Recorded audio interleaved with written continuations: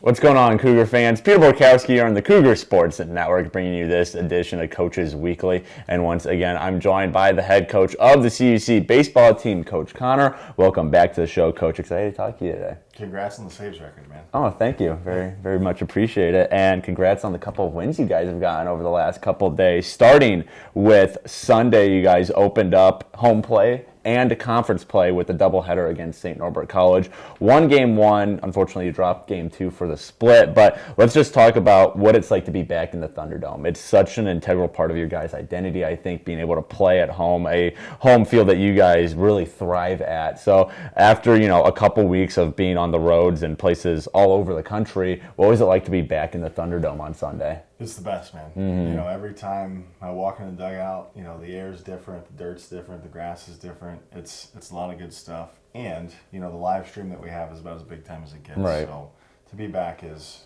every time it's exciting, it's fun. And there's just a different energy to it, too. Mm-hmm.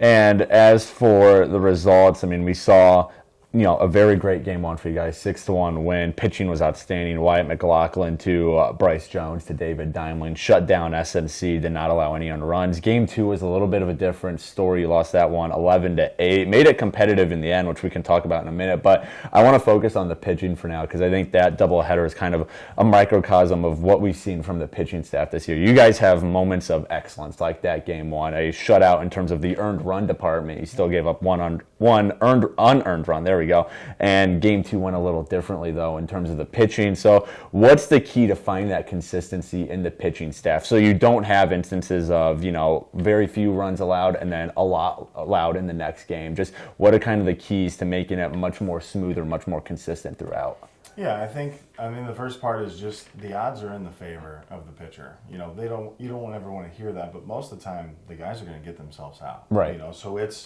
it's not just a trying harder type thing. It's finding a way to pitch. It's just developing the confidence that you're going to be able to beat the guy that you're going against.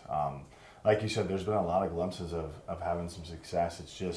It's too up and down, not just from the pitching side, but across the board. Once again, when we put it together, it's pretty good. Mm-hmm. But the bullpen has given us a really, really good chance. The free bases is probably the biggest thing on the mound. That it's an obvious thing. It's something that we're working to address, and it's something that's going to get fixed as we move forward. But those guys just have to have confidence and know that we have confidence in them, and no matter what the score is, we've proven that we're going to fight, and that's something to be very proud of as we move forward. Right, and I'm glad you mentioned the word fight because I think we've seen that a lot. Not only that SNC doubleheader, but then the games you've played since. You picked up a come-from-behind win on Tuesday at Wheaton, picked up a come-from-behind win yesterday in game one against Dominican, and then you guys won game two outright. You picked up the Division Street sweep over the Dominican Stars, another conference couple wins. But what is this lineup doing? What is this team doing as a whole that allows you guys to keep fighting back? Wheaton, you guys were down by 6 runs, I believe it was. Dominican game one, it was around 9 runs. So what are you guys doing? So whether the deficit is 1 or 2 or it's 9 or 10, you guys are just fighting back. You're continuously keeping the chains moving and picking up some runs and picking up some wins out of it too. Yeah, we added a couple new guys to the lineup. Jake Mahler we threw in there, Nick Rinsberg came in there to kind of give Caleb a break. But we just have enough guys that have been in a good spot offensively. And early in these we talked about once the offense gets going, we're going to be able to do some special stuff. Mm-hmm. Scored 50 runs in 3 games. So whenever you do that, you're going to have a chance no matter what the deficit is. But those guys, it just comes down to they have the confidence. We're really hard on those guys. And we put a lot of pressure on them. And my big thing is just if we can make the setting difficult and hard in practice, it's going to make the game a little bit easier. Mm-hmm. So I think it's come with consistent at-bats. I think it's come with understanding our identity. The other part of it is not just falling into the trick of looking at the scoreboard. We're down, whatever the case may be. We just have to take it one pitch at a time and score 1, and then we'll score 2, then 3. And just keep building. Yeah, and next thing you know, you're back in the game. And when you go down and come back and go down and come back, it tires out the other team just as much.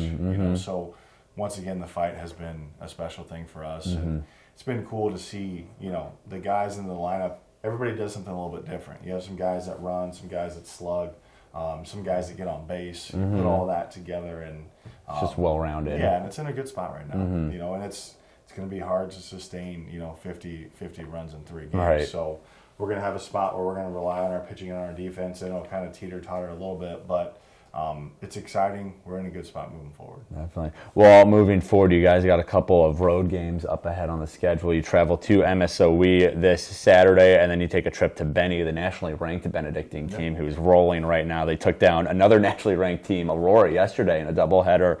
But I know we opened this weekly talking about being able to play at home. I want to close it about talking about playing on the road against conference teams. You've played on the road plenty already this year, but now you're doing it at conference opponents and games that really, really matter by the end of the year, playoff time. So what are some of the things you have to do with this team to get them ready for that? So when you go into an MSOE, when you go into a Benedictine on their turf, you guys can still play your best game and hopefully pick up some big conference wins. Yeah, I think the first part about both teams is they're a lot older.